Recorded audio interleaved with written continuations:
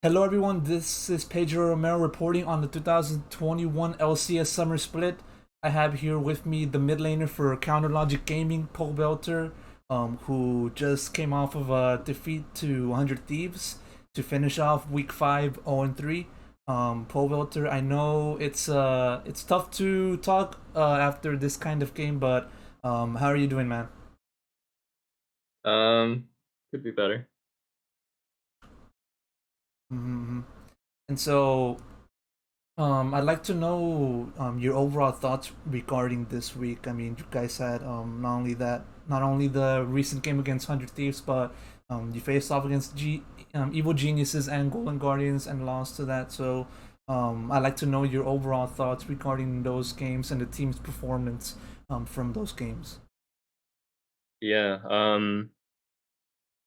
we're not doing very well right now, and it's pretty frustrating for sure. A lot of stuff in the game that's going wrong. Just a lot of things going wrong. I think we just have to stay calm and try and fix them one by one. Just take the lessons we can get from each game and each failure and try and fix it before it's too late. Mm-hmm. And looking into that latest match against Hundred Thieves, you guys were rather close with your opponents regarding to the kill score and the goal deficit until you guys suffered that ace during that third Cloud Drake fight in favor of Hundred Thieves. I'd like to know what went wrong within that play. I think overall they were playing as a unit a lot better than us. Just the way they're spacing out each champion. And I think we got sucked in too deep pretty much. Their flankers were able to access our backline instead of us keeping our formation. So it was just a play that completely flipped the game. I think they got the Drake, they got the Baron. We were stacking waves to contest that third dragon. So it was just overall really bad outcome for the game. Mm-hmm. Um, and since you guys went 3-0 in back in week 3, the team has made rather unorthodox picks, specifically for yourself and Roxa, the jungler. You guys chose Lissandra, Trundle, and then Rek'Sai twice in this week. And so I'd like to know, were those selections for the draft made at that moment on stage, or were they already planned heading into the games? I think it's definitely been a pre-planned thing. I do think we need to change the way we're drafting, of course. I don't think we've been doing it in a way that sets us up for success.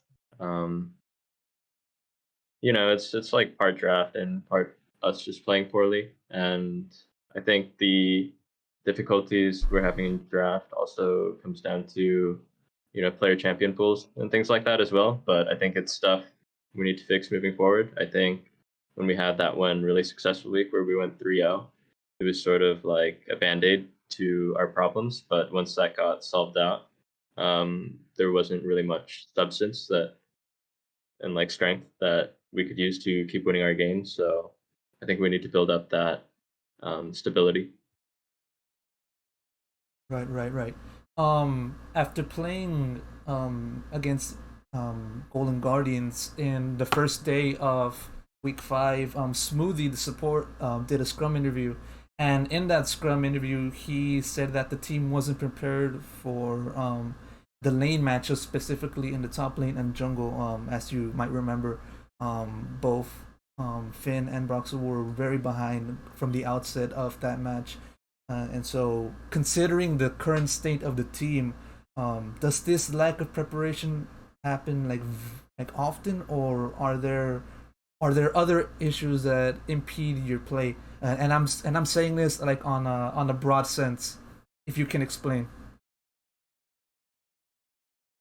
Um, well, I think if we're talking about the Golden Guardians match, I think rather than it being like an extreme something extreme, which I think you're saying, like, oh, players don't know their matchups or things like that.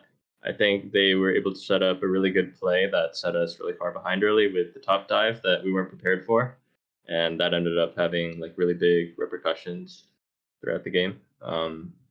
It was a mistake that shouldn't have happened though, for sure. Mm-hmm. And so now looking into the entire year so far, back in spring, you were moved to the academy team for a little bit before then eventually making your way back to the main roster. Although your time there with the academy team was short, did you learn what form of lesson? What sort of lesson did you learn that helped you conduct yourself now in the summer split? Um, yeah, that was wow. It feels like so long ago, but I think I was able to learn some more leadership skills. I think a lot of the guys on the academy team were pretty new to competitive play, so I felt like I was able to um, understand a bit better how to like lead the game. I was able to teach a lot to the academy guys. I think that's the main thing. Yeah. Mm-hmm. And so, sticking with the academy team, have you been keeping up with the CLG academy team? And if so, which player do you think fans should watch out for in the future? Um, well, recently mostly just been focused on trying to improve my own play and trying to figure out how I can best help the main team because we're not doing that well right now. So I think it's hard to say. Um, yeah. Understandable, understandable indeed. And so, moving on, you had a lengthy event you had a lengthy an illustrious and a rather eventful career so far in the LCS. I mean, one might even write a book about it. Within that facet, highlights such as you winning the LCS title with COG back in summer 2015, and those back-to-back titles with Team Liquid back in 2018 will be regarded as your highlights. If there was a book made about your career, how would you title your second current stint with COG thus far? How would I title it? I'm not sure because it's not finished yet. So I think we still have a lot of time left. Well, not that much time, I suppose, but there's still time left in the season to fix our mistakes. The most important thing is making sure we can secure a playoff spot for now. Um, the last weeks have definitely been pretty disappointing, pretty frustrating, but I'm not the type to just give up, and I don't think anyone else on the team is either. So we're just going to continue to fight, continue to work on our mistakes, just try and get better day by day after every match. Even though it's a tough process, even though it's really difficult to be in the situation, we want to give it our all for sure. And then maybe when the season is done, I can let you know what the title of that book would be. Indeed, indeed. And now, as you mentioned, the playoffs. Um, you're still in the bottom third of the standings, and so um, back in the Scrum interview you did all those weeks ago, you said that the team's main goal was to reach Worlds, be it by hook or by crook. Um, as the fight for making the playoffs gets tighter, do you feel that the team's goal is changing from reaching Worlds to just reaching playoffs no matter what? Yeah, I think we need to take it one step at a time for sure. I think it's important to have short-term goals and long-term goals.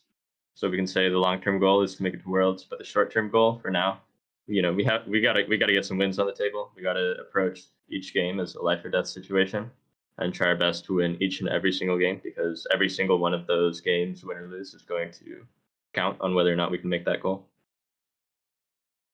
Indeed, indeed, and we'll look forward to COG's performance in subsequent weeks in the summer split. Thank you so much, Powelter, for taking the time and answering my questions. If you want to know the latest in esports gaming news, stuff of that nature, be sure to check out the Gamezo website down below. And with that said, I'll see you guys later. Take care, everyone.